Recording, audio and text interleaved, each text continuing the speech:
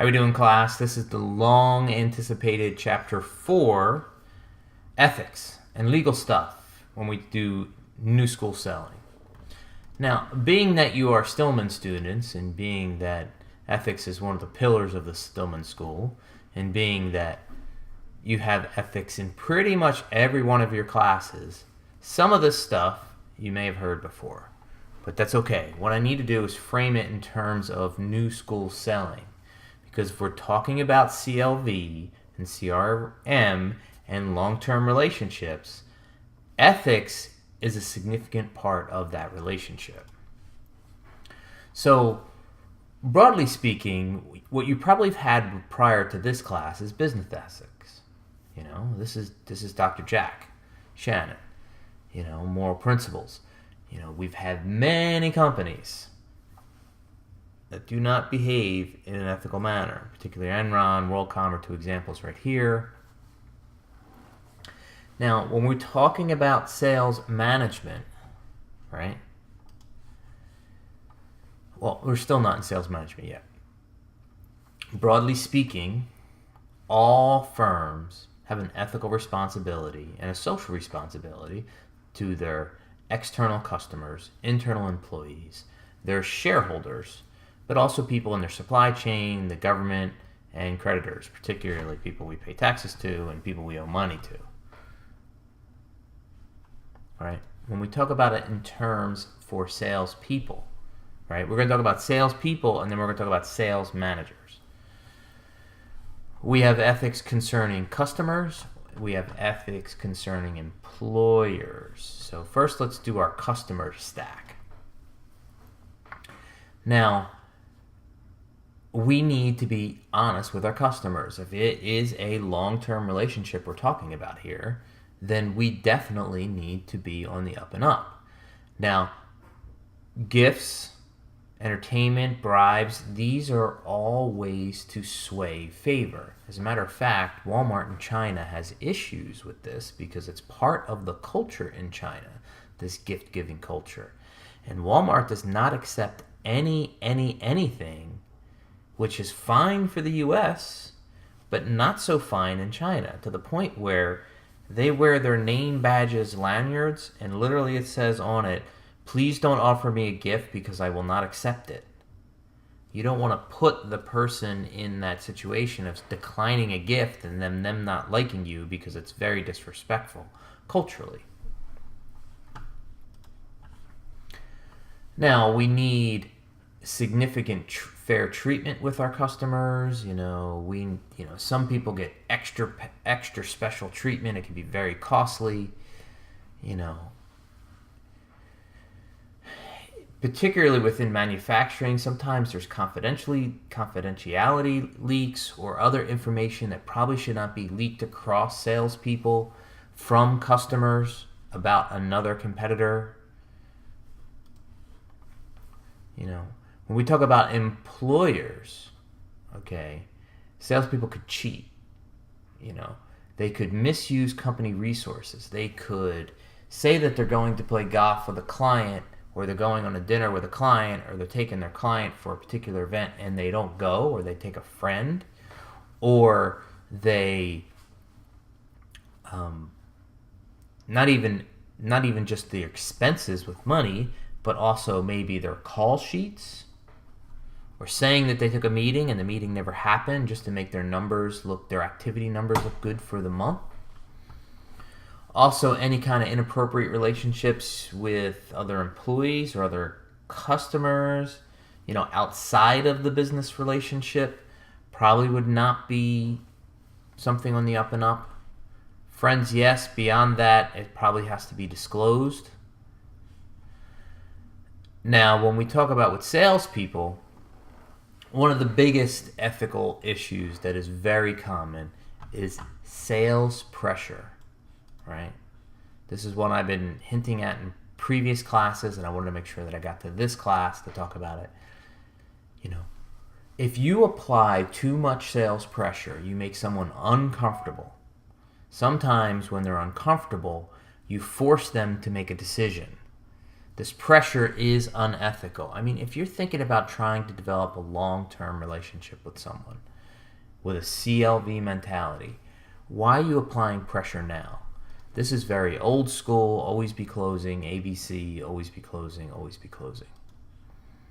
Lying about information, i.e. telling someone that, oh, no problem, we'll be able to deliver that. Just sign here and sign this deal and we'll get it to you by next Thursday. And you very much know that there is no way you can ship something in less than a week.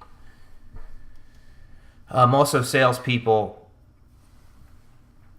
they have rights, but, sometimes with regards to termination, confidentiality, keeping the environment free of discrimination. Some of these are very straightforward for us Stillman students. Sometimes this ethical issue pertains to the corporate culture. I mean, if you look at that movie that I talked about at the beginning of the semester with Glenn Glary, Glenn Ross, that is a cultural thing. And usually most of these ethical challenges is something that is agreed upon or implicitly agreed upon culturally, which is how it happens.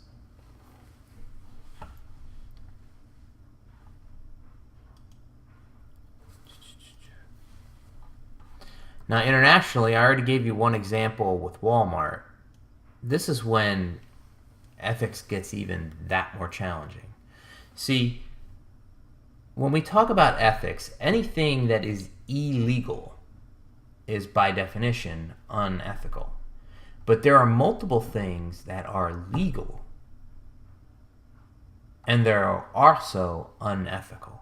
And that's really the challenge, because what is unethical in our culture may be ethical in another culture.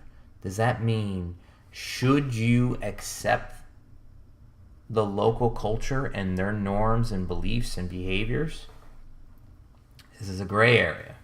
Walmart decided no, that they were not going to get into this gift-giving behavior. But around the world, there are many, many, many ethical issues. I mean, just think about women in leadership positions in many cultures in the Middle East. That's a whole big, gigantic challenge. Now, we don't have to worry about this one. Just know that there is a particular commercial law, and these 9 codes, basically say along the lines, you have to do what you're supposed to do. The salesperson, the buyer, the seller, and a contract. That it is legally binding. When we talk about relationship selling, representing your company and only your company, making things that are said orally versus written or should be the same, implies warranties without question. Some standard unethical business practices. We talk about collusion.